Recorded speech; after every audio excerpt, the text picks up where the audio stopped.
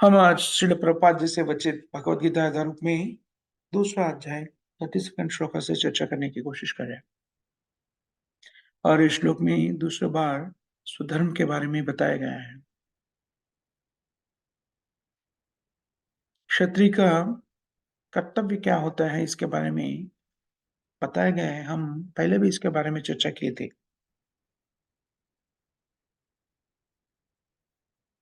क्षत्रिय का एक कर्तव्य होता है कि बाकी नागरिक जो है वो अपना अपना कर्तव्य पालन ठीक तरीके से करे।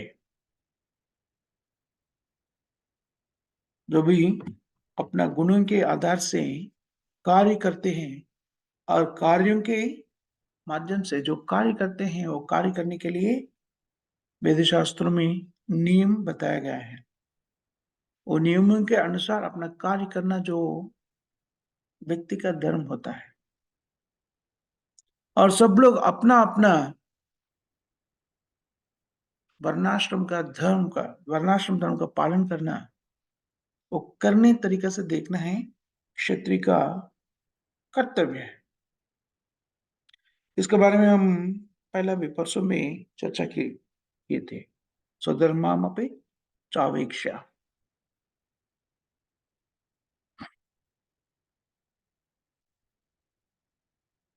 ये मानव समाज का स्वास्थ्य रहने के लिए बहुत महत्वपूर्ण चीज है। आजकल तो कलयुग में जो स्थिति में हम अभी हैं, यहाँ पर तो किसी को अपना स्वधर्म कुछ नहीं है। इसलिए वैदिक शास्त्रों के अनुसार धर्मेण हीना पशु भी समाना। किसी को भी कोई स्वधर्म नहीं है कलयुग में। लेकिन वेद बता रहे हैं, वेद शास्त्र ने बता रहे हैं, धर्मेण हीना पशु भी समाना। न खुद का धर्म का पालन नहीं कर रहे हैं, वो तो पशु समान है।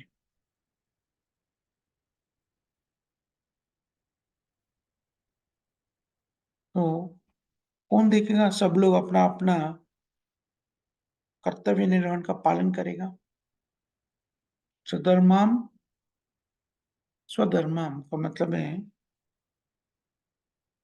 वर्णाश्रम धर्म में बताए गए का धर्म के बारे में बात कर रहे इधर। कौन देखेगा? सब अपना अपना धर्म को पालन करेगा। वो राजा देखेगा।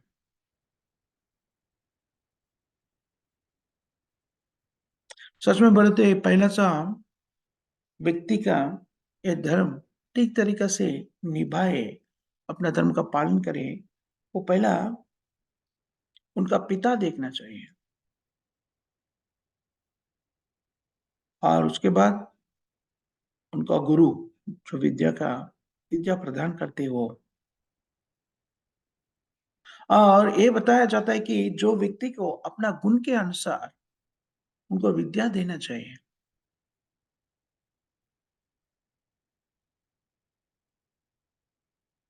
एक ब्राह्मण का कर्तव्य ये होता है कि वो देखना चाहिए कि उनका पुत्र जो है,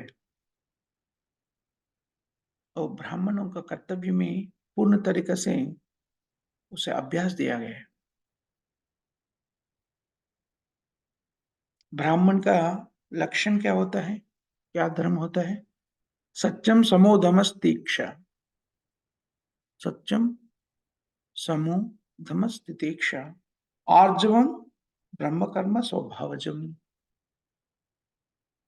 सत्यम समो धमस तितीक्षा। आर्जवम ब्रह्म कर्म समाज। इसके बारे में पूर्ण तरीके से भगवत गीता में बताया गया है। ब्राह्मणों का आ, क्या धर्म होता है और क्षत्रिय का क्या धर्म होता है। ब्राह्मणों को ये सिखाना पड़ता है कि पिता खुद सिखाना चाहिए उनका पुत्र को, ब्राह्मण पुत्र को सत्य का कैसा पालन करना है।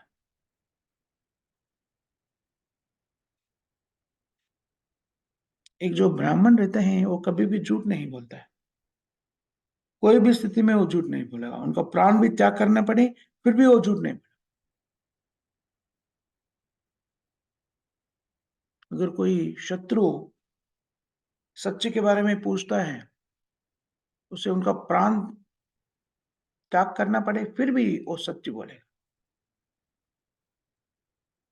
किसी से डरेगा नहीं, उनका उनका स्थिति को व्यक्तिकरण करने के लिए और उनका सोच शास्त्रों के अनुसार होते हैं। सत्य बोलने में कभी भी वो नहीं डरते और सच अगर वो बोला तो उनका प्राण को त्याग करना, फिर भी वो बोलेगा, वो सच्चा वचन बोलते हैं।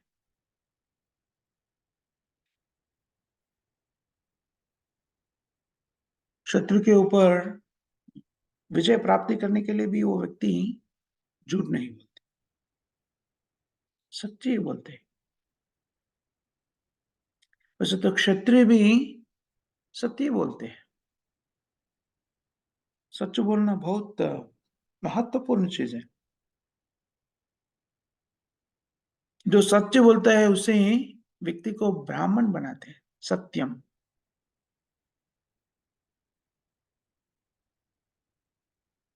उपनिषदों में बताया गया ब्राह्मण का स्थिति को कैसा समझ सकते हैं। वो सच बोलने में निपुण होते हैं।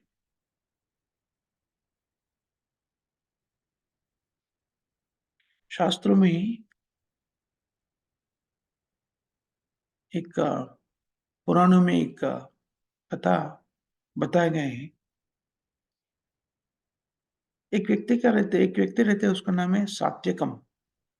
वो गौतम मुनि के पास जाते हैं और पूछते कि मुझे आपका शिष्य बना लीजिए, मैं आपको गुरु के रूप में स्वीकार करना चाहता हूँ।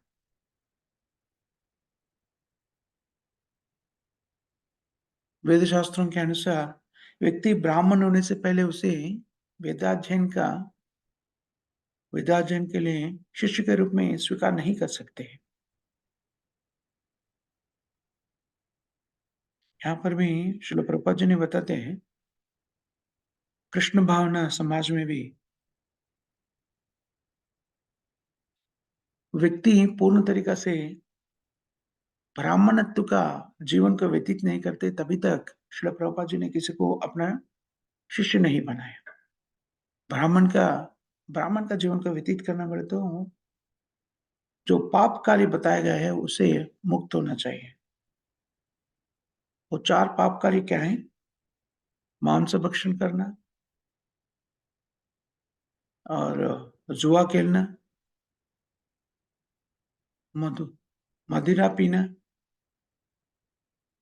और अ, क्या बोलते हो, असांगिक का या कि अशास्त्रीय विधान से संबंध रखना, विवाहेतर संबंध। ये चारों पाप कार्य से मुक्त होने से वो ब्राह्मण बन जाते हैं।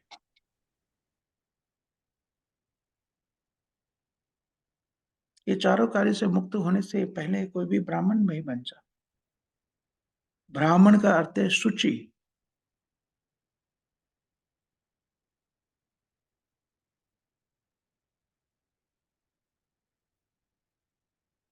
और जो ब्राह्मण नहीं है उसे क्या कहते हैं? कृपना या मूची। शुचि का अर्थ है कभी भी शुद्ध रहना,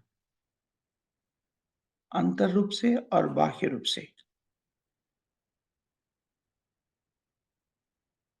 बाह्याभ्यंतर शुचि, अंदर और बाहर। बाहरी रूप से कैसा शुद्ध रहते हैं? शुद्ध तरीके से स्नान का आचरण करते हैं,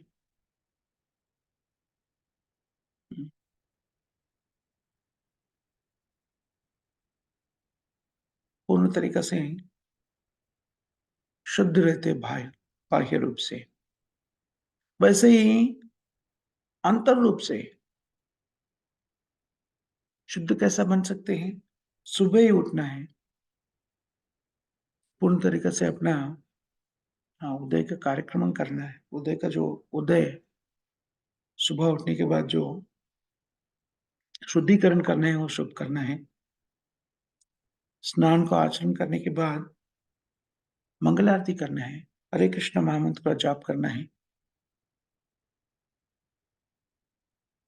इस तरीका से व्यक्ति अपने आप को अंदर से शुद्ध कर लेते हैं, बाह्य रूप से और आंतर रूप से भी शुद्धिकरण।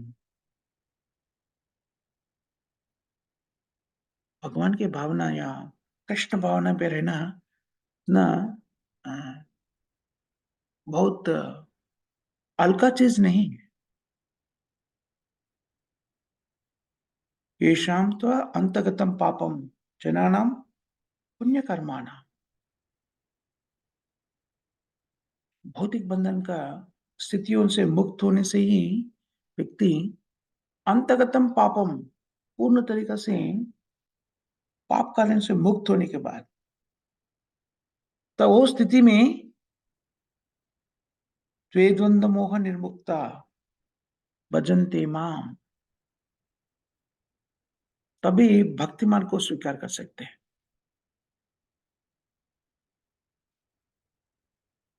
पाप कार्य से मुक्त होने से पहले पूर्ण तरीके से भक्ति में नहीं रह सकते। कभी कभी ये व्यक्ति पाप कार्य में स्थिर होकर भी भक्ति में है ऐसा दिखाते हैं, सचमुच में तो वो भक्ति नहीं होता। उसे कहते हैं भक्त्याभाषा, आभासा, भक्त्याभाषा। बाह्य रूप में दिखते हैं भक्ति में स्थित है, सचमुच में वो पाप का कार्य करे तो वो भक्ति में नहीं रह सकते।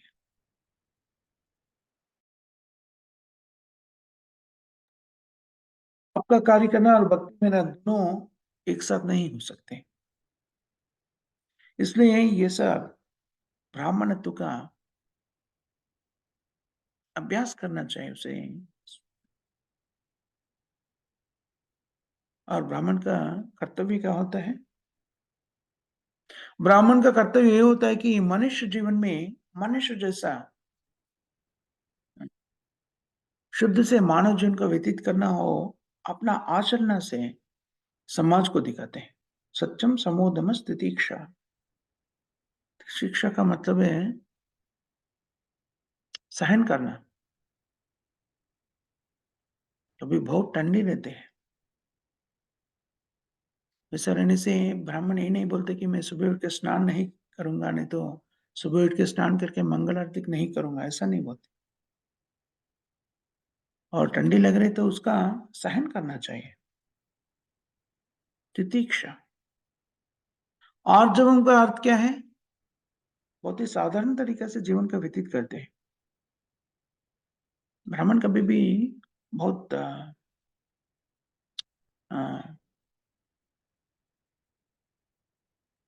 विलास रूप से नहीं रहते, बहुत ही साधारण तरीके से साधारण जीवन का व्यतीत करते हैं। और कैसे रहते हैं? साधारण जीवन का व्यतीत करते हुए ज्ञान का प्राप्ति करते हैं, पूर्ण तरीके से वेदों का ज्ञान में स्थित हो जाते हैं। और जो भी वेद ज्ञान को प्राप्त करते हैं, उसी के अनुसार अपना जीवन को व्यतीत करते हैं। ज्ञानम विज्ञानम आस्तिकम। आस्तिक्यम मतलब भगवान के ऊपर पूर्ण तरीके से विश्वास रहते हैं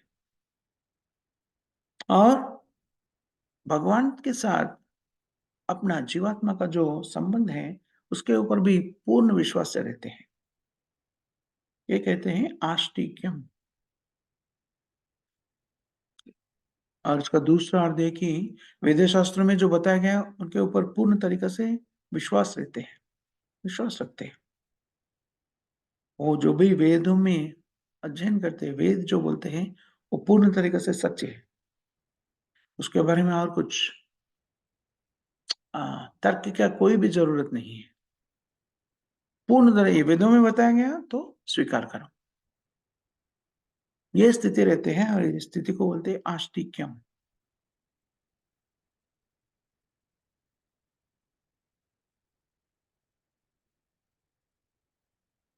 और क्षत्रिय का धर्म क्या बताया गया है?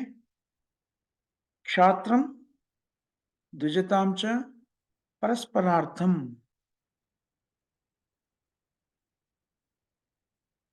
ब्राह्मण ये देखते कि क्षत्रिय अपना कर्तव्य का पालन करे।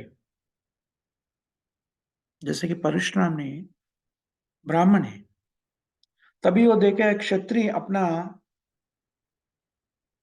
कर्तव्य का पालन नहीं कर रहे और मूर्खता से व्यक्तिगत स्वार्थ में स्थिर हो गया, वो तो पूर्ण क्षत्रिय को वध करना चाहते हैं, अंत करना चाहते थे।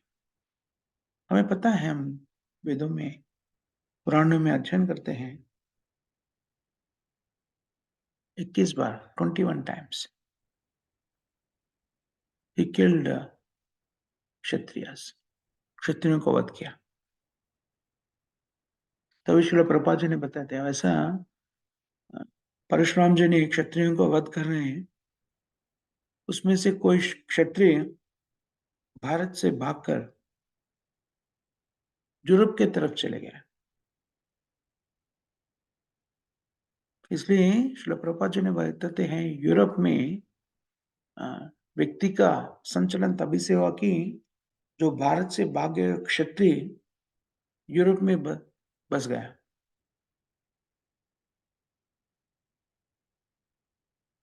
जो भी यूरोप, टर्की, ग्रीस और दूसरा देशों में है, यूरोप खंड में, वो सब क्षत्रिय भारत से भाग के गए सो है। तो ये हमें समझना चाहिए कि ब्राह्मण का धर्म है कि वो क्षत्रियों को अपना कर्तव्य पालन करें। वो देखना ब्राह्मण का कर्तव्य है। बस एक क्षत्रिय का कर्तव्य क्या है? जैसा ब्राह्मण अपना कर्तव्य का पालन करे नहीं, परस्पर।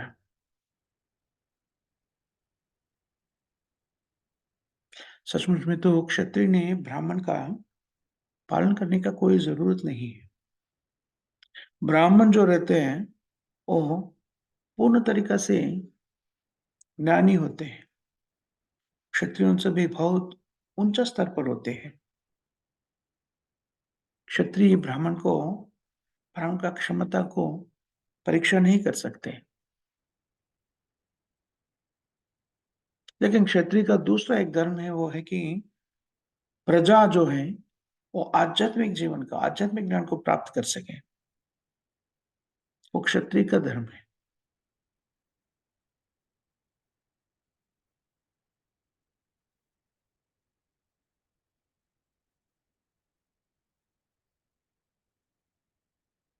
अगर क्षत्रिय अपना धर्म का पालन नहीं करते तो समाज का स्थिति अस्त व्यस्त हो जाते हैं। आजकल ऐसे ही होते हैं। आजकल तो क्या बोलते हैं, हाँ, प्रजातंत्र।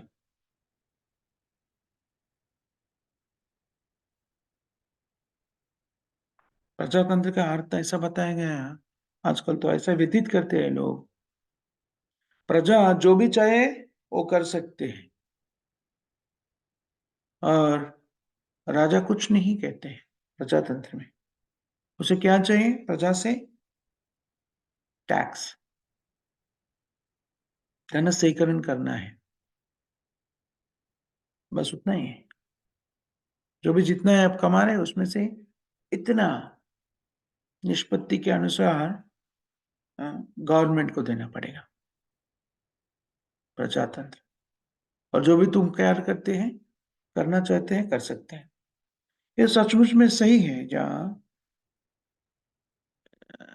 पाश्चात्य देशों में हम देख सकते हैं, यहाँ पर जो अ,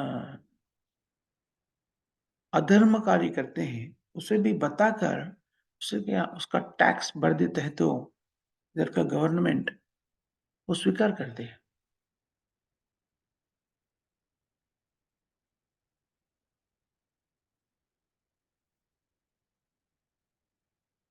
देखिए, ये स्थिति है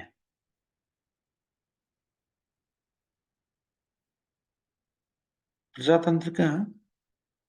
विधान ऐसा है कि ऐसा आजकल करते हैं। सचमुच में प्रजातंत्र का विधान कैसा होना चाहिए? सेक्युलर बोलते हैं अंग्रेजी में, उनका स्थिति कैसा होना चाहिए? सचमुच में प्रभुपाद जी ने बताते हैं, जो सेक्युलर या प्रजातंत्र रहते हैं, वो प्रजातंत्र के अधिपति जो रहते हैं, राजा जो रहते हैं, उनका कर्तव्य ये होता है कि सब जन अपने आप का सब जन अपने आप का विश्वासों के अनुसार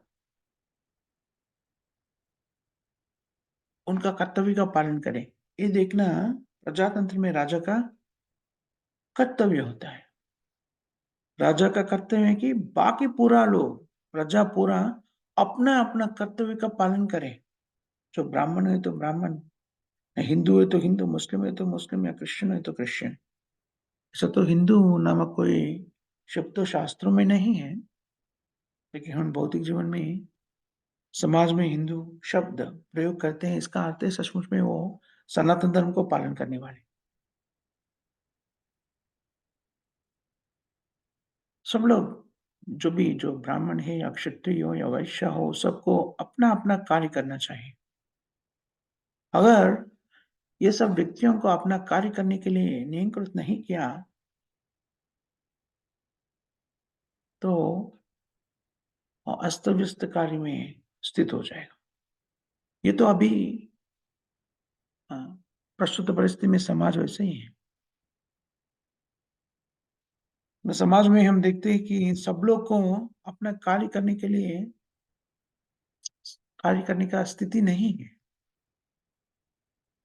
क्योंकि हम आधुनिक विज्ञान शास्त्र की प्रवृत्ति के नाम पर हम कई यंत्रों को तैयार किया है। 100 लोगों का काम एक यंत्र कर देते हैं, तो 100 लोगों का काम नहीं मिलते। यंत्र अपना स्थिति को उत्तम श्रेणी में नहीं बनाया, उत्तम स्थिति को लेके नहीं जा रहे, अपना जीवन स्थिति को। लेकिन जो व्यक्ति व्यापारी हैं, उनका अ, उनका लब्धि के लिए यंत्रों का बहुत ही मूल्यवान है। लेकिन जैसा प्रजाओं का जीवन स्थिति को उत्तम श्रेणी नहीं बनाया।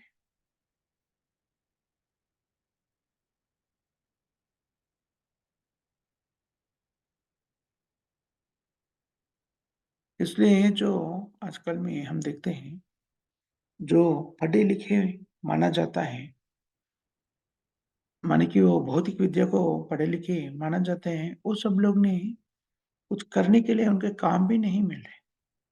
हज़ारों-हज़ारों युवतियों के यहाँ का कुछ काम करने को कुछ काम नहीं है।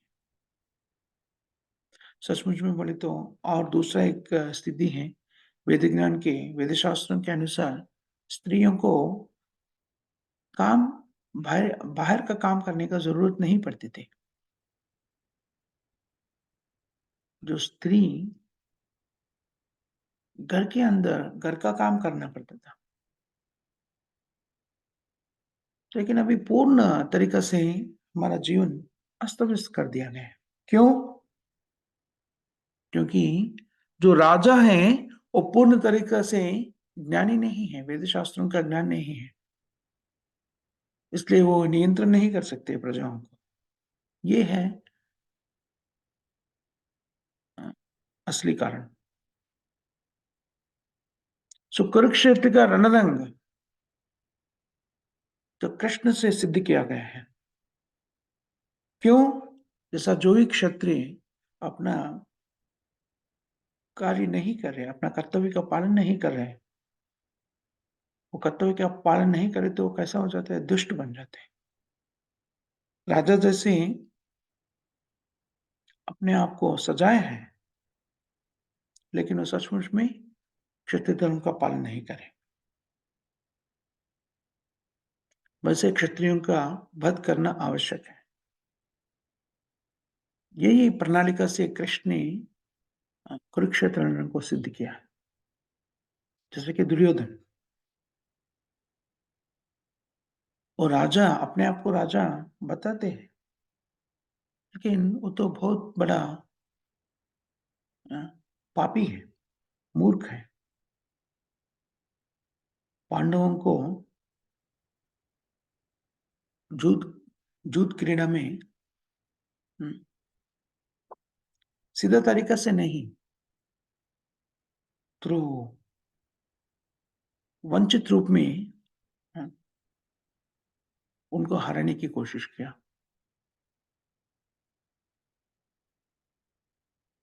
पांडवों को ये स्थिति में ला गया कि पांडव युधिष्ठिर महाराज अपना राज्य को युद्ध में लगा दिया, युद्ध में, और अपना पत्नी को युद्ध में लगा दिया। वो भक्त थे, भक्त हैं, फिर भी वैसा स्थिति अ, वैसा स्थिति को भोगना पड़ा। इसलिए भगवान कृष्ण ने जो वैसा दुष्ट से, राक्षस प्रवृत्ति से जो भक्तों को तकलीफ दिया है, वो सबको वध करना चाहते थे।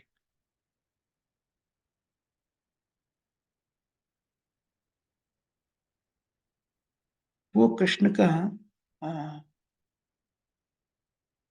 प्रणालिका थे।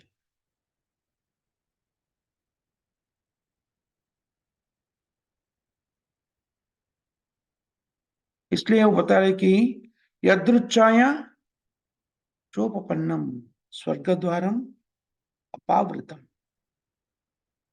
अर्जुन, तुम युद्ध करने से कोई हिचकिचाने की जरूरत नहीं है, लेकिन ऐसा सोचे कि ये बहुत बड़ा अपॉर्चुनिटी है तुम्हारे लिए, बहुत बड़ा मौका है। क्योंकि क्षत्रिय जो रहते हैं, अगर युद्ध में मारा जाता है तो, अगर जो अर्जुन के सामने जो व्यक्ति हैं, अर्जुन ने देख रहे वो मेरा ही परिवार का व्यक्ति है, लेकिन सचमुच में वो बहुत बड़ा अ, क्या बोलते हैं, बहुत बड़ा असमर्थ है और अधर्मी है। अगर उन लोगों को वध करना एक तरीका से बहुत अच्छा कार्य है, धर्म का पालन किया हो गया है। अगर वो वध करने के स्थिति में वध नहीं कर सकता, वो खुद मर गया, फिर भी उसे स्वर्ग का प्राप्ति होते है। क्योंकि क्षत्रिय जो धर्म युद्ध करते हुए युद्ध में मारा जाता है, तो स्वर्ग, वो व्यक्ति को स्वर्ग का प्राप्ति होती है। अगर शत्रु को वध करते हैं तो राज का भोग करते हैं। लेकिन युद्ध करने का कारण जो रहते हैं वो धर्म रहना चाहिए, तभी स्वर्ग का प्राप्ति होते हैं। यदृच्छया चोपपन्नम स्वर्गद्वारम अपावृतम सुखीन क्षत्रिय पार्था लभन्ते युद्धम ईदृशम। युद्धम का अर्थ है कि युद्ध, राज्य की पॉलिटिकल फाइट। आजकल तो युद्ध अपने अपने स्वार्थ है, स्वार्थ के लिए युद्ध करें, युद्ध का प्रणाली का बनाए जाते हैं, वो पूरा है पॉलिटिकल। कई बार हम देखते हैं अपना बाजू वाला देश और अपने आप को अंतर्गत स्थितियों को अ, सुलझा नहीं कर सकते, तो वो प्रजाओं का दृष्टि को वितरण करने के लिए वो क्या करते हैं, युद्ध का प्रणाली का करना चाहते हैं।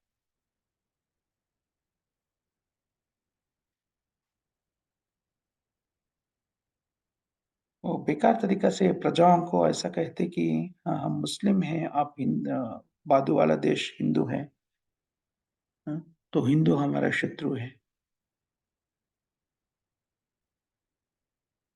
यस्यात्मा बुद्धि पुनपे त्रिधातुका। यूरोप में भी हम युद्ध के बारे में देखते हैं। जर्मन 2 बार बड़ा युद्धों में अपना भाग लिया है।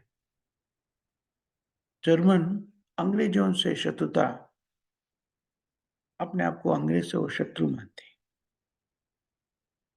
ये सब जो युद्ध हैं, आजकल भी युद्ध हो रहे हैं ना, यूक्रेन और रशिया के बीच में अभी भी युद्ध चल रहा है। शायद 1.5 साल से ज्यादा हो गया। ये सब युद्ध जो है वो धर्म युद्ध नहीं है, जो कई भौतिक कारणों से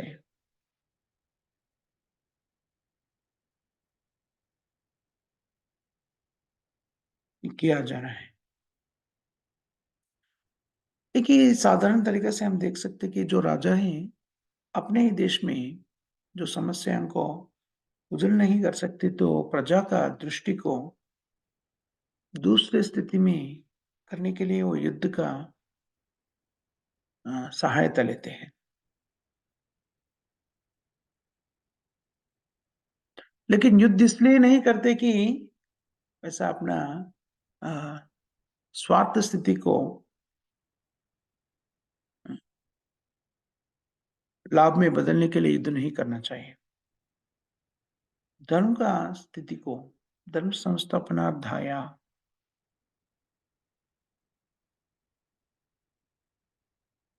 तभी जो राजा ने अपना प्रजाओं को ठीक तरीके से पालन नहीं करते, तो दूसरा राजा वो प्रजाओं को पूर्ण तरीके से रक्षा करने के लिए युद्ध का प्रयोग करते थे कि तो जो राजा असमर्थ हैं उन्हें उनका स्थिति से बदलने के लिए, उनका अ, स्थिति से निकलकर प्रजा का रक्षा करने के लिए युद्ध करते थे। जो राज्य सुभिक्ष है, जो राज्य पूर्ण तरीका से समृद्धि में है, ये अर्थ है कि जो तभी हो सकता है कि जो उनका राजा जो रहते हैं, राज्य का राजा जो रहते हैं, वो अपना कर्तव्य का पालन करना चाहिए। युधिष्ठिर महाराज एक भक्त है और पुण्य राजा है।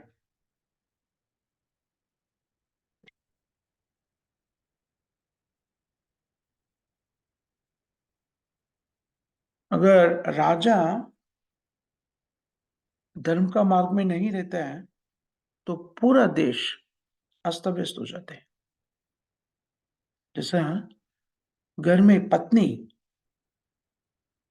शुद्धता से नहीं रहते हैं, तो पूरा परिवार अस्त व्यस्त हो जाते हैं। हम सबको इसके बारे में पता है। इसलिए राजा जो हैं वो उनका कर्तव्य धर्म के अनुसार, धर्मशास्त्रों के अनुसार व्यतीत करना चाहिए और पुण्य कार्य करना चाहिए और प्रजाओं को आध्यात्मिक प्रगति की दिशा में मार्गदर्शन करना चाहिए। उसे कहते हैं राजर्षि। सच में वो राजा ही है, लेकिन वो साधु व्यक्ति है, उसे कहते हैं राजर्षि। जैसे कि महाराज युधिष्ठिर साधु है, राजर्षि। इमाम राजर्षियो विदु।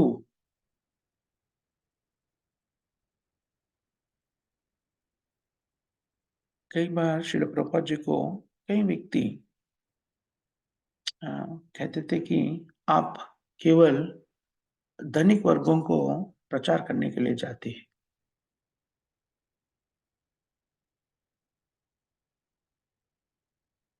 प्रभुपाद जी ने कहते हैं सही बात है, क्योंकि आजकल तो क्षत्रिय तो नहीं है।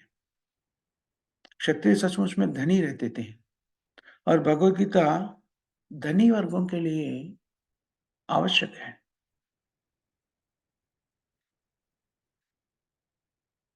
क्योंकि जो राजा रहते हैं वो धनी रहते थे और राजा सब राज्य का पालन करते थे। इसलिए राजा को भागवत धर्म का ज्ञान होना बहुत जरूरी है। अगर राजा धर्म के बारे में ज्ञान प्राप्ति करते हैं, आध्यात्मिक जीवन को व्यतीत करते हैं, तो उसे पता चलता है कि राज्य को कैसा चलाना चाहिए। राज्य को चलाने का अर्थ क्या है? और शास्त्रों के अनुसार, धर्म के अनुसार राज्य को चलाता है तो उनका नागरिक जो रहते हैं, प्रजा जो रहते हैं, वो भी धर्म के अनुसार अपना जीवन व्यतीत करते हैं। तो क्या होते हैं? मानव जीवन का लक्ष्य जो है, वो प्राप्ति हो जाते हैं। अगर राजा खुद मूर्ख है,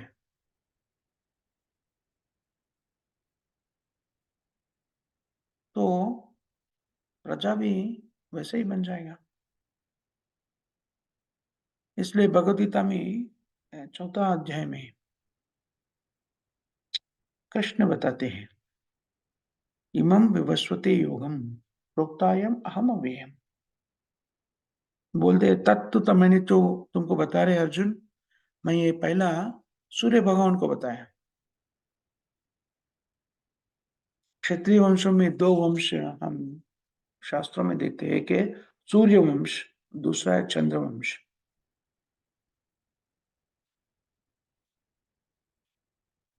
एक वंश है सूर्य से उत्पन्न हुआ से वंश है, दूसरा वंश है चंद्र से उत्पन्न हुआ वंश है। कृष्ण ये बता रहे कि सूर्य जो है वो क्षत्रिय वंश से है, सूर्य वंश। इसलिए क्षत्रियों को एक ज्ञान को दिया गया है, सूर्यदेव को पहला दिया गया है, इमं विवस्वते योगम प्रोक्तावम अहम अव्ययम विवस्वान मनवे प्रभा मनु इक्ष्वाकु ब्रुवात। इक्ष्वाकु जो राजा हैं, भगवान रामचंद्र का वंश वंश से आते हैं। जिस वंश में भगवान राम ने जन्म लिया है, वही इक्ष्वाकु वंश है। बहुत ही धार्मिक वंश इक्ष्वाकु महाराजा। इक्ष्वाकु महाराज, ये बताया जाता है कि शास्त्रों में इक्ष्वाकु महाराजा इक्ष्वाकु भगवान रामचंद्र का आराधना करते थे। तभी तक तो भगवान रामचंद्र का प्रकट भी नहीं हुआ वो वंश में। तभी से महाराजा इक्ष्वाकु रामचंद्र का अर्च विग्रह को आराधना करते थे, सीताराम का। इसलिए रामचंद्र इस वंश में प्रकट हुआ है। इसलिए जो इक्ष्वाकु ने भगवान राम का भक्त थे, इसलिए भगवान राम ने इक्ष्वाकु वंश में प्रकट हुआ है। जो इक्ष्वाकु महाराज ने आराधना करते थे अर्च विग्रह को, वो अभी भी है। दक्षिण भारत में कहीं वो डीटीज अभी भी है। तभी रामचंद्र ने राज्य का पालन करते थे। वो रामचंद्र भी रामचंद्र के पास उनका व्यक्तिगत निवास स्थल में, वो राजभवन के एक व्यक्तिगत निवास स्थल लेते हैं, उनका खुद का रूम, उसमें ये अर्च विग्रह को रखा गया था। एक बार ऐसा होता है कि एक ब्राह्मण हर दिन भगवान रामचंद्र को, जो राजा है फिर भी हर दिन आके रामचंद्र का दर्शन करके जाके अपना दैनंदिन जीवन का व्यतीत करते थे। वो अपना रामचंद्र जी को देखने से पहले वो कुछ स्वीकार नहीं करते थे। रामचंद्र को देखने के बाद आके अपना ब्रेकफास्ट करते थे। तभी तक वो फास्टिंग में रहते थे, उपवास करते थे। वो अपना वो नियम बना लिया वो ब्राह्मण। एक बार ऐसा होता कि भगवान रामचंद्र ने राज्य से दूर जाना पड़ता है। एक 7 दिन तक वो राज्य में नहीं रहते हैं। तो ब्राह्मण हर दिन आते थे और राजा नहीं है वहां पर। तो रामचंद्र जी का दर्शन नहीं हुआ। वो कुछ भी नहीं खाते थे, उपवास करते थे। वो बहुत बड़ा भक्त थे। 7 दिन के बाद रामचंद्र जी ने राज्य पे आ गया तो लक्ष्मण राजा रामचंद्र को बताते हैं कि देखिए ये भक्त है, ब्राह्मण है, तभी आप यहाँ पर राज्य में नहीं थे, आपका दर्शन नहीं हुआ,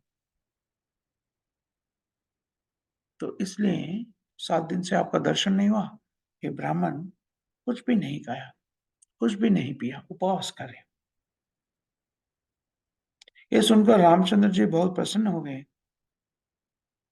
और वो लक्ष्मण को बताते हैं कि लक्ष्मण को आज्ञा देते हैं कि ये जो अर्चा विग्रह है, रामचंद्र जी का अर्चा विग्रह है, हमारा वंश में इसका पूजा करते हैं। अभी तो हम नहीं कर रहे इसका पूजा, तो हम एक काम करते कि ये विग्रह को हमें ब्राह्मण को दे देते हैं। तभी मैं राज्य में नहीं रहता हूँ, ये ब्राह्मण ये अर्चा विग्रह का आराधना करके उसे देखकर अपना अ, नियमों का पालन कर सके।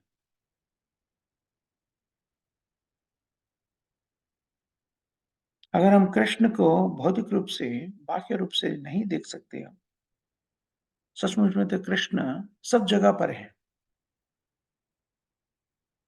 भगवान कृष्ण को देखने के लिए हमें आध्यात्मिक दिव्य चक्षु रहना चाहिए। भगवान कृष्ण को देख नहीं पाते, इसलिए अर्च विग्रह के रूप में भगवान कृष्ण प्रकट हो जाते तो हम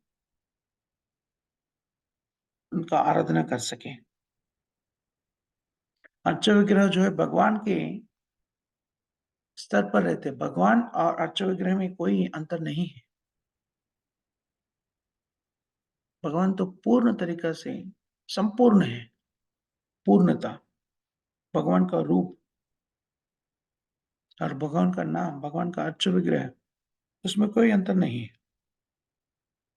अभिन्नत्वम नामा नामिनी। अभिन्न मतलब एक ही है, भिन्न नहीं। हम सब हरे कृष्ण महामंत्र को जप करते हैं, तभी हम जप करते तो जैसे हम रिकॉर्डर में जप करते वैसा नहीं। हम सचमुच में हरे कृष्ण महामंत्र को जाप करते हैं तो भगवान कृष्ण से संपर्क करते हैं। अभिन्नत्वम नामानामिनी।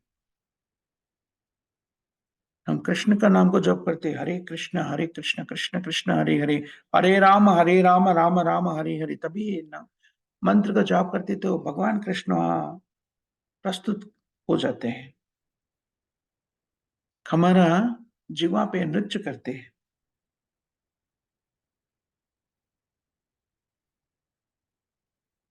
हम उसका अनुभूति नहीं करते कि नहीं करते तो सचमुच में कहा गया कि हम नामा अपराध, नामाभाषा कर रहे हैं। नामाभाषा नहीं, सचमुच में नामा अपराध कर। कोई भी व्यक्ति समझते कि भगवान का नाम और भगवान भिन्न है तो नाम अपराध कर रहे हैं। भौतिक जगत में व्यक्ति और वस्तु, नहीं तो कोई वस्तु और उसका नाम भिन्न होते हैं। श्रील प्रभुपाद जी ने एक उदाहरण देते कि भौतिक जगत में हम की क्या बोलते हैं, अगर प्यासा लगता है तो हमें पानी पीना पड़ता है। ऐसा अगर हम बैठ के पानी पानी पानी पानी पानी का जाप किया तो हमें संतुष्टि नहीं मिलता, क्योंकि यहाँ पर नाम और वस्तु दोनों भिन्न है। लेकिन आध्यात्मिक जगत में ऐसा नहीं होता। आध्यात्मिक जगत पूर्ण है। पूर्ण का अर्थ है कि नाम और वस्तु में अंतर नहीं रहता है। अगर वो अंतर रहता तो हम हरे कृष्ण महामंत्र को जाप करने के लिए इतना क्यों बताते हैं? शास्त्रों में ये क्यों बताया गया है? हरे नाम हरे नामैव केवलम कलौ नास्ति वा गतिरन्यथा। इस शास्त्रों में बताया गया है, चैतन्य चरितामृत आदि लीला में बताया गया है, 17वां अध्याय 21 श्लोका। कई मूर्ख है कि अ, ये बात बोलते कि हरिनाम का जाप करने से क्या फायदा है? कुछ भी नाम को हम जाप कर सकते हैं। वो एकाग्रता के लिए कर रहे हैं, हम कुछ भी बोल सकते हैं जाप के माध्यम से। सोडा वाटर, खाना, कुछ भी बोल सकते हैं? नहीं, ये मूर्खता को ये मूर्ख को ये नहीं मालूम कि शास्त्र का उपदेश क्या है। सचमुच में कई लोग ऐसा सोचते कि ध्यान करने के लिए भगवान के ऊपर नहीं, कुछ भी किसी के ऊपर भी अपना एकाग्रता को स्थित कर दो, वो ध्यान माना जाता है। नहीं, ध्यान का अर्थ है कि भगवान के चरण पर मन को लग्न करना।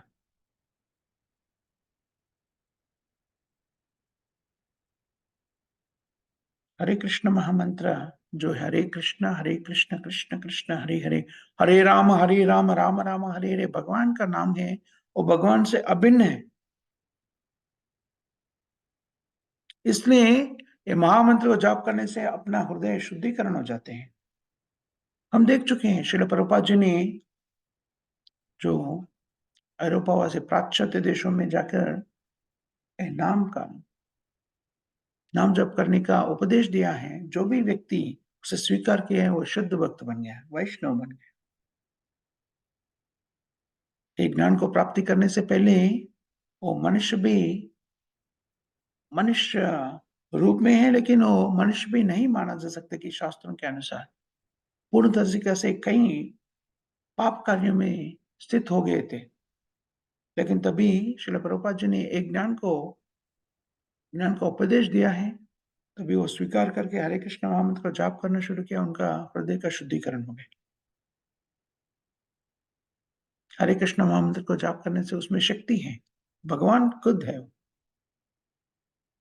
चेतोदर्पण मार्जनम और महादावाग्नि निर्वापनम, श्रेय कैरव चंद्रिका वितरणम विद्यावधू। पूर्ण तरीका से सिद्धांत पूरा शास्त्रों में बताया गया है।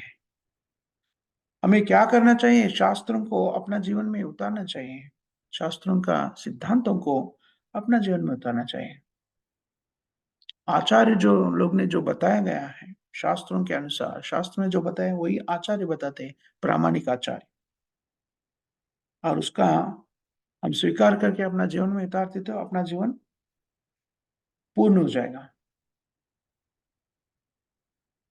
अगर ये हम नहीं करते हैं तो अपना जीवन वैसे ही बेकार हो जाते हैं।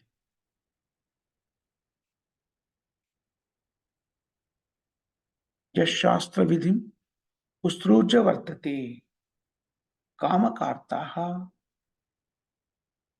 भगवत गीता में बताया गया। जो व्यक्ति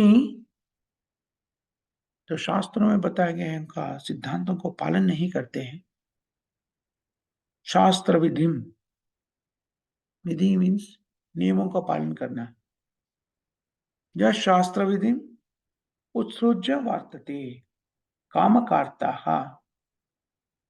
मतलब शास्त्रों का नियमों को पालन नहीं करते, अपना जीवन को व्यतीत करते हैं अपना मानसिक कल्पना से, जो करना चाहते हैं वो करते हैं, नियमों को पालन नहीं करते हैं, वो पशु जीवन का व्यतीत कर रहे हैं। और जो मूर्ख रहते हैं स्वामी जी के रूप में आकर बोलते हैं कि उनको भी ज्ञान नहीं रहता है, सचमुच में प्रामाणिक नहीं होते हैं, वो लोग बोलते हैं हाँ सही है, ऐसा ही करो, ये तो मता ततो पता। श्रील प्रभुपाद जी ने कई बार बोलते हैं इसके बारे में। ये लोग सोचते कि धर्म को अपना मन के आधार पर मानसिक कल्पना के आधार पर धर्म को निर्देशित कर सकते हैं।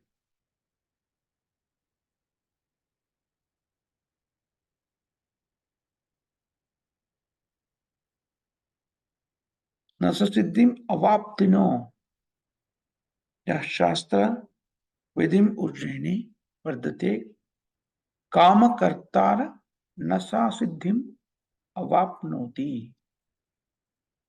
अगर कोई शास्त्रों में बताए गए नियमों का उल्लंघन करते हैं, वो व्यक्ति कभी भी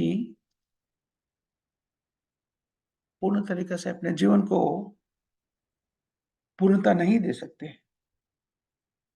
न सिद्धिम अवाप्नोति, न सुखम मतलब उनका शांति नहीं मिल सकता है, आनंद को प्राप्ति नहीं कर सकते।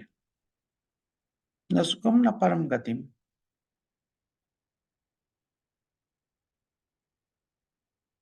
भौतिक जीवन में सुख नहीं मिलता और आध्यात्मिक जीवन में एक भौतिक जीवन को पूर्ण करने के बाद आध्यात्मिक जीवन में उनको कुछ शांति नहीं मिलता। इसलिए शास्त्रों का नियम को पालन करना बहुत जरूरी है। और कलयुग में शास्त्र क्या बताते हैं, क्या नियम को पालन करने का? हरे नाम हरे नामेव केवलम कलौ नास्तेव नास्तेव नास्तेव गतिरन्यथा। कलयुग में करने वाला एकमात्र यज्ञ है, एकमात्र कार्य है, एकमात्र नियम है कि हरे कृष्ण महामंत्र को जाप करना।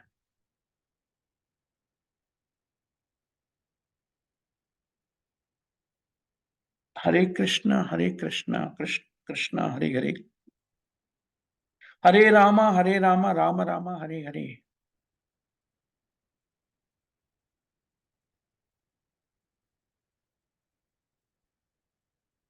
ये मंत्र का जाप करना कलयुग का एकमात्र शास्त्र नियम है। इसलिए हमें पूर्ण तरीका से, पूर्ण विश्वास से ये स्वीकार करना चाहिए, अपना जीवन में उतारना चाहिए। और पूर्ण तरीका से हरे कृष्ण महामंत्र को जाप करने वाला कौन है? सचमुच में कलयुग में जो कृष्ण भावना में रहते हैं वही व्यक्ति हरे कृष्ण महामंत्र को ठीक तरीके से जाप कर सकते हैं। और कृष्ण भावना में रहने का स्थिति क्या होता है? श्रील प्रभुपाद जी ने सचमुच में कृष्ण भावना में रहने का अर्थ है कि भगवान कृष्ण का आदेश का पालन करना। सर्वधर्मान् परित्यज्य मामेकं शरणं व्रज अहं पा सर्व पापेभ्यो मोक्षयिष्यामि। ये बहुत ही जरूरी चीज है। और कृष्ण भावना रहने के लिए रहना उतना कष्ट नहीं है। बहुत ही आसान तरीका से अपने आप को कृष्ण भावना में स्थित कर सकते हैं और कृष्ण भावना को अपना जीवन में उतार सकते हैं। वो कैसे करना है, श्रील प्रभुपाद जी ने नियमों के रूप में हमें बताया गया है। अगर वो 4 नियम को शुद्धता से वो अपना जीवन में उतार के उसका पालन करते हैं तो हम कृष्ण भावना में रह सकते हैं। वो 4 नियम क्या है? हर दिन कम से कम 16 माला हरे कृष्ण महामंत्र का जाप करना। हरे कृष्ण कृष्ण कृष्ण हरे हरे, हरे राम राम राम हरे हरे। ये मंत्र का जाप करना चाहिए और कृष्ण प्रसाद को ही स्वीकार करना चाहिए और कुछ नहीं खाना। जो भी हम खाते हैं भगवान कृष्ण को अर्पण करके वो प्रसाद के रूप में स्वीकार करना चाहिए। भक्तों के संगत में रहकर भगवान कृष्ण का लीलाओं को श्रवण करना है, अध्ययन करना है, उसके बारे में चर्चा करना है, तो हमारा जीवन पूर्ण हो सकते हैं। यही जीवन में हम सफलता को सिद्धि कर सकते हैं और दूसरा भौतिक शरीर को लेने का आवश्यकता नहीं पड़ता है। ये इस श्लोक का तात्पर्य माना जा सकता है। यहाँ पर हम समाप्त करेंगे। माता जी सन प्रभु जी, को कोई प्रश्न या करेक्शन ऐसा कुछ है, कुछ कहना है?